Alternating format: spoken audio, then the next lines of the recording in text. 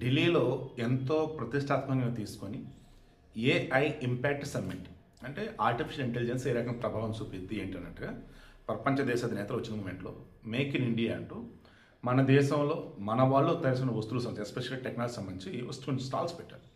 అందులో గల్గోటియాస్ అని చెప్పేసి ఒక యూనివర్సిటీ వాళ్ళు స్టాల్, వాళ్ళలో ఫ్లోర్స్ ఐ థింక్ నేహా అనుకుంటామే. అక్కడ వారు రోబోట్ డాగ్ అంటూ ఒకటి పెట్టారు, మేమే తయారు చేస్తాం మొత్తం అద్దని దాన్ని. అది చూసిన జనాలు షాక్. ఎందుకు? యూనిట్ రియల్ సమ్ చైనా పడుతుంది, అది మార్కెట్లో ఆ రోబో అవైలబుల్ ఉంది, 3 లక్షలు 4 లక్షలు ఉండిద్దాడు.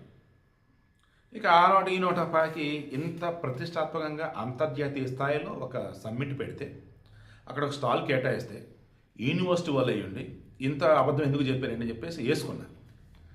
దెబ్బకి కేంద్ర మంత్రులు కూడా ఇదేంటారు ఇంత చిల్లరతాను, ఇండియా పరుగు పోయింది బాబు అన్నట్టే ఆ స్టాల్ కరెంట్ ఆపేసి ఇంకొంచెం వెళ్ళిపోయినారు బాబు అన్నారు. ఇక అప్పుడు యూనివర్సిటీలో దిగొచ్చి తప్పు అయిపోయింది, అక్కడ మా ప్రొఫెసర్లు ఏం చెప్పాలంటే ఇది బయట నుంచే కొన్నాం కానీ మేము డెవలప్ చేసాం, అంటే మోడిఫై చేసాం అనుకోవచ్చు. ఒక వస్తువు కొన్నాడు, దాన్ని మార్పులు చెప్పులు చేశారు వీళ్ళు, అది చెప్పాలి అది కాస్త తేడా పెట్టారు. రోబోట్ డాగ్ అయిపోయింది. నెక్స్ట్ డ్రోన్ సాకర్, అది కూడా ఇటువంటిది. అది కొరియా నుంచి ఇంపోర్ట్ చేశారంట, కొరియా నుంచి కొన్నారు. దాన్ని ఇప్పుడు ఏమన్నారు, డెవలప్ చేసామంటున్నారు. చెప్పాలి కదా. అంతా ఏమనుకుంటే నేను వచ్చి ప్రపంచం నుంచి వచ్చిన వాళ్ళంతా కూడా ఇండియాలో అద్భుతంగా తయారు చేస్తాం అన్నారు.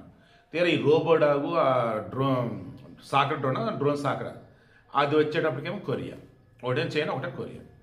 ఈ మూమెంట్లో విప్రో సంబంధించి కూడా వాళ్ళకు వచ్చి నామోష్ అనే వాళ్ళు కూడా ఇబ్బంది పడ్డట్టు తెలిసింది. కారణం ఏంటంటే విప్రో అంటే టెక్ దిగ్గజం, వాళ్ళు కూడా ఈ చైనా రోబోడాగ్నే వాడి వీళ్ళదన్నట్టు చూపించారట.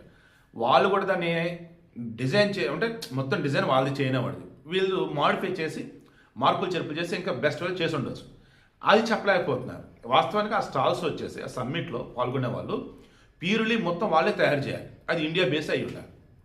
విదేశం నుంచి తీసుకొచ్చి మార్పులు చేర్పులు చేసి దాన్ని మాదిరినట్టు చూపించుంటే కరెక్ట్ కాదు. గల్గోటియాస్ యూనివర్సిటీ పరుగు పోయింది. ఆ ఫ్రోస్లో అవుతున్నారో నేను ఆ రోజు చెప్పింది వేరు, మీకు అర్థమైంది వేరు, నేను కవరింగ్ యూనివర్సిటీ అదే కవరింగ్. ఇక ఇప్పుడు ఆ టెక్ సంస్థలు ఏవైతే ఉన్నాయో యూనివర్సిటీ టెక్ సంస్థలు వాళ్ళు ఇప్పటికైనా రిలీజ్ కావాలి. ఏమని మన సొంతంగా తయారు చేసిన మాత్రమే ప్రదర్శనలో పెట్టాలి తప్ప వేరేవాడు తీసుకుని వచ్చి దాన్ని మాడిఫై చేసి డెవలప్ చేసామని చూపెడతామంటే పరుగు పోయింది అని.